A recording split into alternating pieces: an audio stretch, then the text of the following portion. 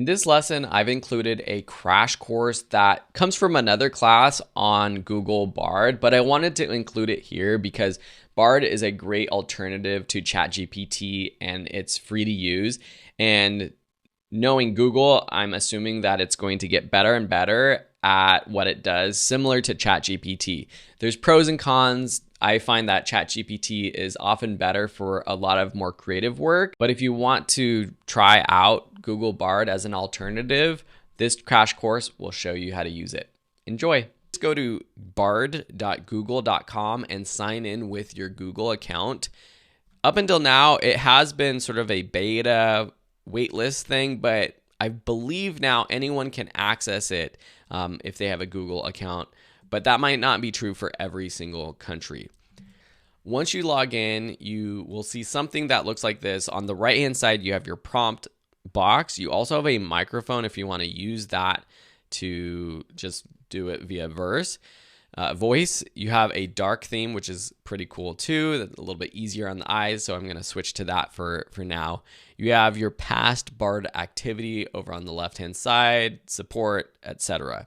It still notes that there might be some mistakes or things in unfactual results, so you have to be aware of that. Currently, it's just text responses, similar to ChatGPT, but they are adding an option for an image creator and also a tool where you could submit images as part of your prompts. So let's just do a basic one. Make a list of 10 toddler craft ideas. This is great for me personally to help me take care of my kids, or if I was blogging, writing an article, creating a video about craft ideas. And it pops up here with our option. A couple of differences that you will notice with Google Bard is that it has a draft option or version option. So here at the top, there's multiple drafts. So there's actually 3 that pop up for every prompt. And you can also regenerate right from here. So it keeps it a little bit cleaner. If you're using the 3.5 version of ChatGPT, you won't have all of the formatting that Google Bard results in. GPT-4 is pretty good with bullet points and lists and numbering and things like that. But Google Bard already, for the free version, it comes back with nice formatting, bullet points, outlines, and things like that. So this is pretty cool. It comes out with great ideas. Down below too, you can either say it's a good response, bad response. You can also export it, which is very cool. In ChatGPT, you just have to currently just copy and paste the text. But here we can export to an email or to Google Docs, which is super cool. The other thing you can do is click Google it, and it will open up a search for this idea. And here you can just find directly from Google Bard their search results and go kind of compare notes if you want, or if you want to just kind of use it in conjunction with your regular search. Similar to ChatGPT, we can then prompt it for our next text that we want. Write a 5-minute video on the first craft. And so because it's AI, it's smart enough to know, like, we don't have to specify paper plate donuts. It will know what we mean by that first craft. So here it comes back sort of with more of an outlined version of the video. So it has the introduction, the materials needed, the instructions, some ideas for variations, and a conclusion. It also gives some tips for what you might want to include in this video, which is kind of cool too. We could also prompt it from the beginning with this idea. So we could say, write a 5-minute script for a video teaching kids how to make paper plate donuts. Make it fun and exciting.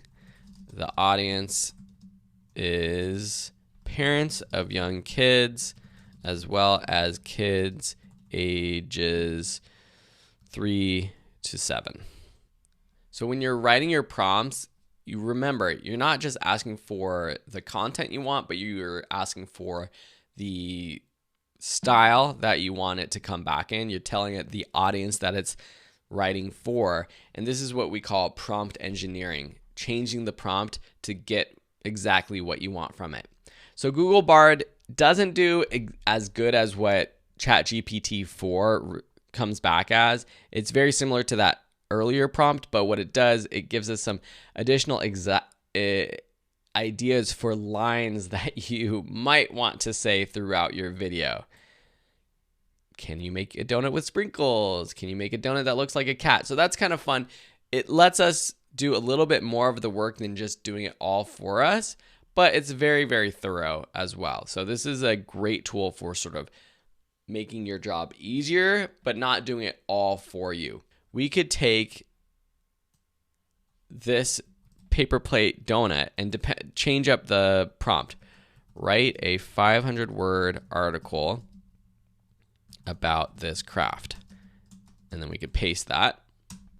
And here it has written that out in more of an article format with instructions, tips, ideas for making the paper plate donut even more fun, and it kind of concludes it. And always make sure to check out the variations. You can kind of combine the different variations to get exactly what you were looking for, or there might be one that's in a different format that is more of what you were imagining.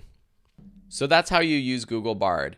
Currently, I find ChatGPT to be a bit more advanced, but we know that Google Bard has the Google name and company behind it, and it's only going to get better and better and better. So I wouldn't write it off yet, but at the time of recording, I would do most of my work with ChatGPT 3.5 or 4 if you are a paying plus member.